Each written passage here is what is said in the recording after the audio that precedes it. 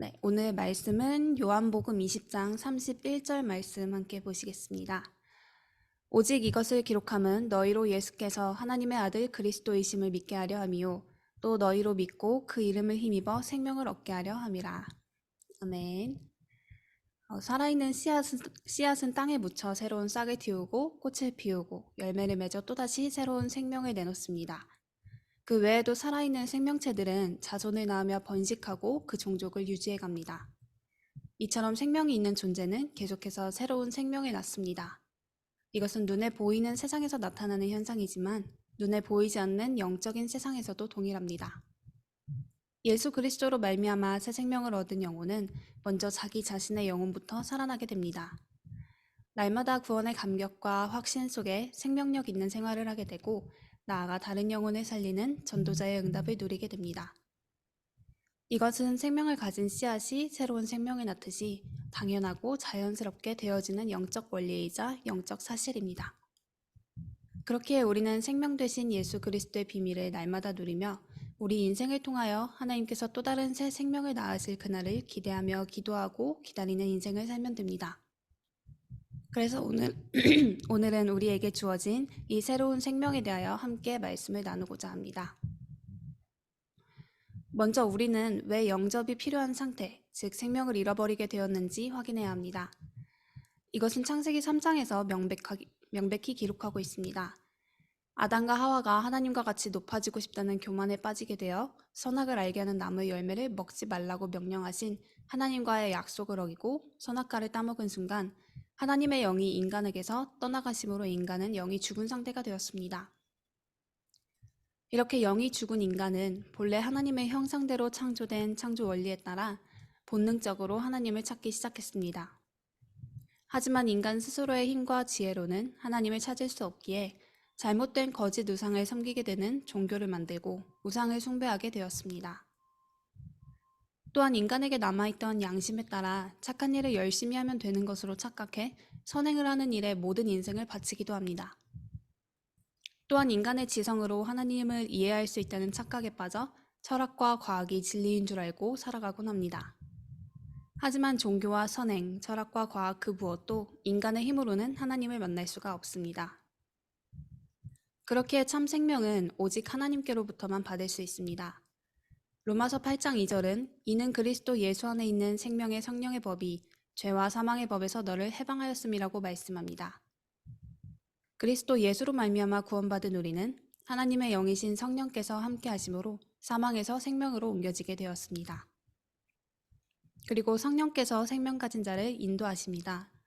어제도 함께 나눴던 성경 구절 요한복음 14장 26절과 같이 보혜사 곧 아버지께서 내 이름으로 보내실 성령 그가 너희에게 모든 것을 가르치고 내가 너희에게 말한 모든 것을 생각나게 할 거라고 말씀하셨습니다. 하나님께 받은 말씀의 의미를 질문할 때 어떠한 선택 앞에 하나님께서 기뻐하시는 선택이 무엇인지 질문할 때 우리 안에 계신 보혜사 성령께서 우리에게 하나님의 말씀을 깨닫게 하시고 하나님의 기쁘신 뜻이 무엇인지 분별하는 지혜를 주십니다. 이렇게 새 생명을 갖게 된 우리에게는 변화가 나타납니다. 가장 먼저 거짓의 아비인 마귀에게 묶였던 우리의 영혼이 노임을 얻고 참된 자유를 누리게 됩니다. 또한 본래 마음에 악한 생각이 먼저 들던 죄의 종의 마음 상태에서 해방되어 하나님의 종이 되어 거룩함에 이르는 열매를 맺게 됩니다. 그리고 우리의 생활도 에베소서 2장 2절에서 말씀하듯 세상 풍조를 따르고 공중의 권세 잡은 자, 불순종의 아들들 가운데서 역사하는 영을 따르던 것과 달리 성령의 인도를 받게 됩니다. 이처럼 예수 그리스도를 우리 인생의 구주로 영접하는 것은 새 생명을 갖게 되는 것을 의미합니다. 또한 하나님의 영이신 성령께서 우리 안에 함께 하시고 인도하시기 시작하는 것을 의미합니다. 그래서 우리에게 주어진 이 생명은 어떻게 주어지게 되었을까요?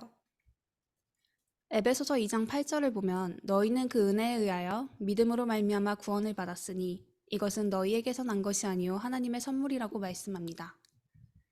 요즘 강단을 통하여 계속해서 확인하고 있듯 이 구원은 하나님께서 우리를 찾아오신 것에서 시작되었습니다. 하나님께서 우리에게 성령으로 역사하셔서 예수가 그리스도 되심을 깨닫게 하시고 이를 믿는 믿음을 허락하사 하나님의 자녀가 되게 하셨습니다. 그럼 우리가 믿는 것은 무엇일까요? 요한일서 5장 12절은 아들이 있는 자에게는 생명이 있고 하나님의 아들이 없는 자에게는 생명이 없느니라고 말씀합니다. 우리는 하나님께서 보내신 독생자 예수가 그리스도 되심을 믿는 것입니다. 우리에게 이 사실이 믿어질 때 구원을 얻고 우리에게 생명이 주어지는 것입니다. 그래서 이러한 믿음의 근거는 베드로전서 1장 23절에서 말씀하고 있습니다. 너희가 거듭난 것은 썩어질 씨로 된 것이 아니요 썩지 아니할 씨로 된 것이니 살아있고 항상 있는 하나님의 말씀으로 되었느니라. 그렇습니다. 우리는 영원토록 불변하시는 하나님의 말씀을 근거로 예수가 그리스도 되심을 믿고 새 생명을 얻었습니다. 이처럼 우리의 생명은 하나님께서 주신 선물로 주신 믿음에서 시작되어 하나님의 말씀을 근거로 예수가 그리스도 되심을 믿는 믿음으로부터 주어졌습니다. 이렇게 새 생명을 받은 우리에게 주어지는 응답이 있습니다. 먼저 하나님과의 관계가 계속해서 깊어지게 됩니다.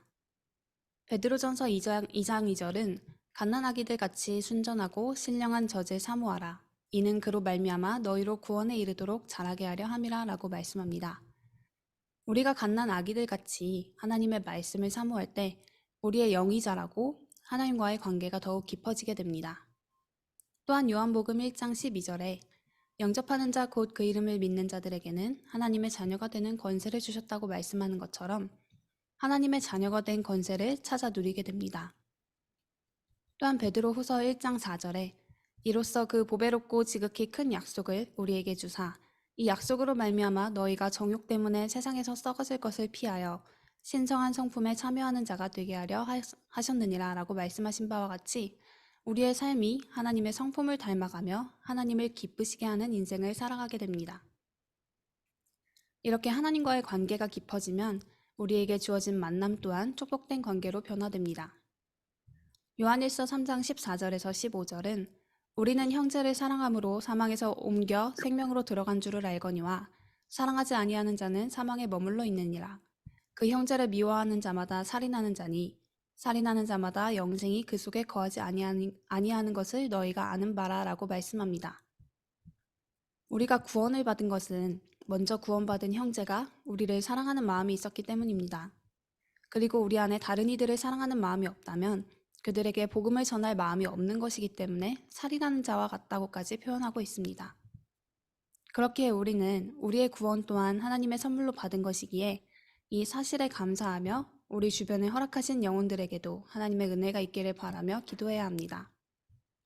이와 같은 전도자의 마인드로 사람을 보게 될 때 복음 없이 인생을 살아내고 있는 이들에 대한 시선이 변화되게 됩니다. 그들의 단점 때문에 믿게만 보이던 부분들은 복음 없이 어떻게든 살아내 보려는 노력에 대한 안타까운 마음으로 변화하게 되고 그들을 위해 사랑으로 기도하게 됩니다.